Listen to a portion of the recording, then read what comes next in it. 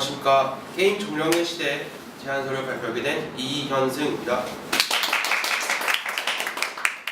먼저 앞으로 다음과 같이 게임의 발표를 시작하겠습니다. 처음으로 게임의 개요에 대해 설명을 하고, 그 다음에 두 번째로 게임 설정, 세 번째로는 게임에 대한 간단한 소개, 네 번째 저의 정령의 시대의 특징, 그리고 마지막 다섯 번째로 비즈니스 모델, 마지막으로 개발 일정 순으로 발표 진행하겠습니다.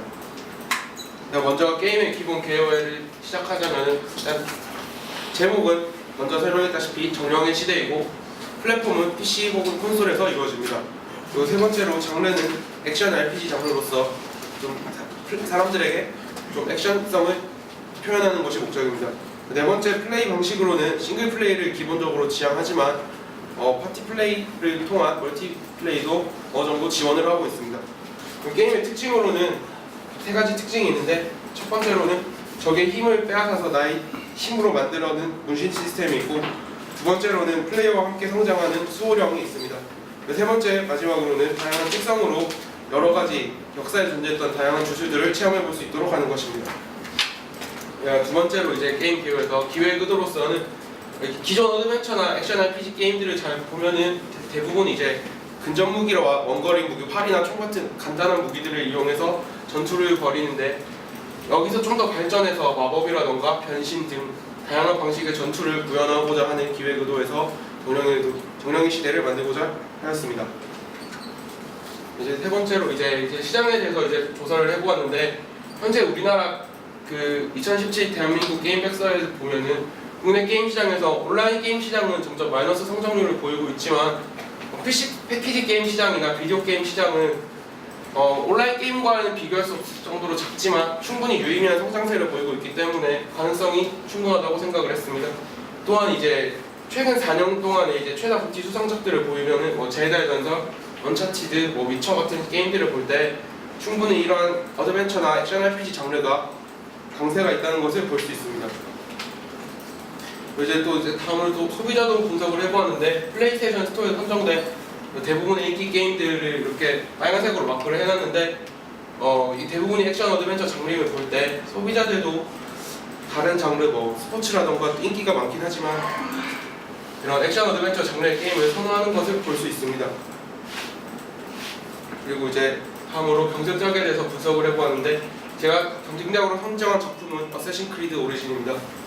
전작 신디케이트의 판매량의 2배 가까이를 출고를 올리며 약간 프랜차이즈를 부활하는 작품인데, 일단 어쌔신 크리드 오리진의 강점으로는 페어드 애니메이션 전투 시스템에서 히트박스 전투 시스템으로 전환을 시키면서 훨씬 더 박진감 넘치는 전투를 구현했다는 평가를 받고 있고요.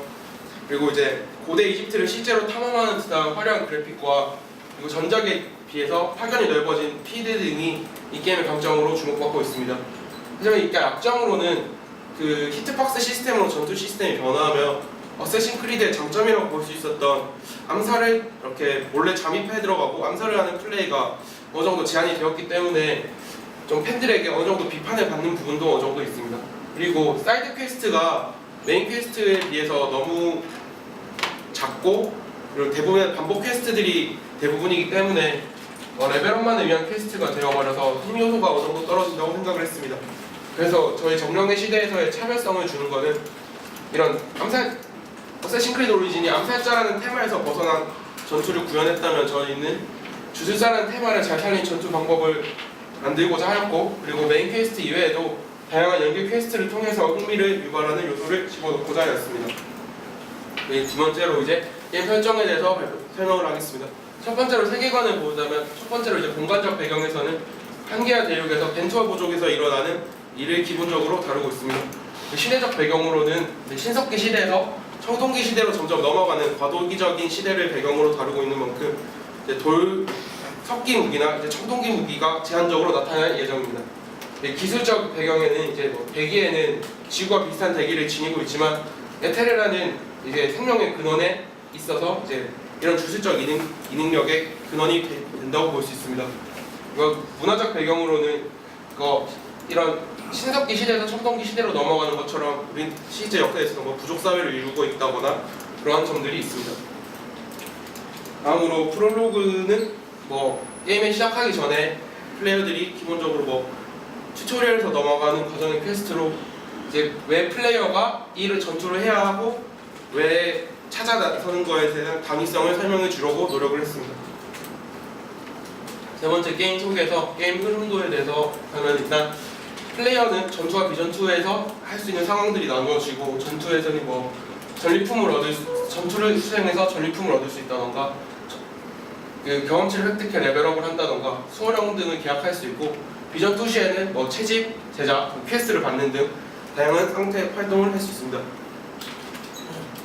다음으로는 UI에 대해서 설명하면은 그렇게 요즘에 어드벤처 게임을 액션 RPG를 보면은 과도한 UI보다는 단순한 UI들을 적게 배치하는 게 많기 때문에 간단히 배치를 해보았고 이쪽에 뭐 스킬 아이콘이 들어가고 HP와 MP바는 좌측 상단에 이거 위치 표시바 같은 경우에는 맵을 지도를 보여주는 것으로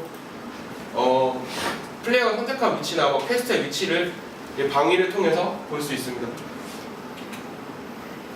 조작법 같은 경우에는 마우스와 키보드를 통한 조작을 선택하였습니다. 그리고 다음으로 게임의 특징으로 들어가면은 이제 제가 처음에 착안한 것은 문신 시스템입니다. 문신 시스템은 강력한 적을 토벌하면 적의 기운을 담긴 전리품을 획득할 수 있고 이 문신을 각인하게 되면은 그 상대의 몬스터가 사용했던 스킬을 이제 플레이어가 사용할 수 있게 됩니다. 그리고 문신의 플레이어는 최대 3개까지 각인이 가능하고 이렇게 체인 시스템이라는 것이 있는데 같은 속성의 문신, 예를 들어 불문신을 뭐 2개나 3개를 각인을 했을 경우에는 스킬이 더욱더 강해지지만 속성에 대한 피해를 어느 정도 약화시킬 수밖에 없기 때문에 플레이어가 선택적으로 사용하는 그런 선택지를 주고 싶었습니다. 다음으로는 주술의 특성인데 주술의 특성은 실제로 역사에 있었던 여러 가지 주술의 특성들을 게임 내에서 구현하는 것을 목적으로 두었고 첫 번째로 드루이즘이 있습니다. 드루이즘 같은 경우에는 동물의 정령과 교감을 하는 주술의 특성으로 이렇게 자기가 선택한 동물의 일부를 변신시키거나 자신 전체를 동물로 변신시켜서 싸우는 특성입니다. 그리고 토테미즘 같은 경우에는 원소의 정령을 사용하는 그런 특성인데 약간 원거리 공격이라던가 원소를 다루는데 중점을 두고 있습니다. 네, 다음으로 이제 퇴마술과 부도술인데 퇴마술 같은 경우는 부적을 사용하는 클래스로 그러니까 정령을 약화시키거나 부적을 사용해서 주술력을 힘을 무기에 깃들게 해서 전투를 하는 방식입니다. 부두술 같은 경우에는 이제 뭐 독이나 저주 등등을 사용하는 클래스라고 생각하시면 될 것 같습니다. 그리고 다음으로 이제 비즈니스 모델은 첫 번째로 생각한 것은 DLC입니다. 게임 발매 후에도 게임 엔딩 스토리 이후에 뭐 다른 추가적인 맵을 제공한다거나 새로운 보스 몬스터 등을 출연시켜서 플레이어들이 더 새로운 재미를 느낄 수 있도록 하면 좋을 것 같았습니다. 그리고 또한 시즌 패스를 통해서 1년이면 1년, 반년이면 반년 일정 기간 동안 시즌 패스를 구입한 사람들에게 모든 DLC를 체험할 수 있도록 해주는 그런 방식도 생각을 해보았습니다. 다음으로는 컬렉터블 에디션인데 예를 들어서 처음에는 이제 패키지만 있지만 좀 더 비싼 거를 사면은 인게임에서 사용할 수 있는 아이템이라던가 좀 더 비싼 거라면 피규어, 아트북, 사운드 트랙 등을 제공하는 컬렉터블 에디션을 생각해 보았습니다. 다음으로 이제 개발 일정인데 첫 한두 달은 사전 준비를 통해서 제안서를 작성하는 단계이고 이제 세 번째부터 5번째 달까지는 메인 기획서를 작성하는 단계이고 6번째 달부터 10번째 달까지는 세부 기획서를 작성하고 이제 마지막 2달간 테스트를 진행할 예정입니다. 여기까지 발표 마치겠습니다.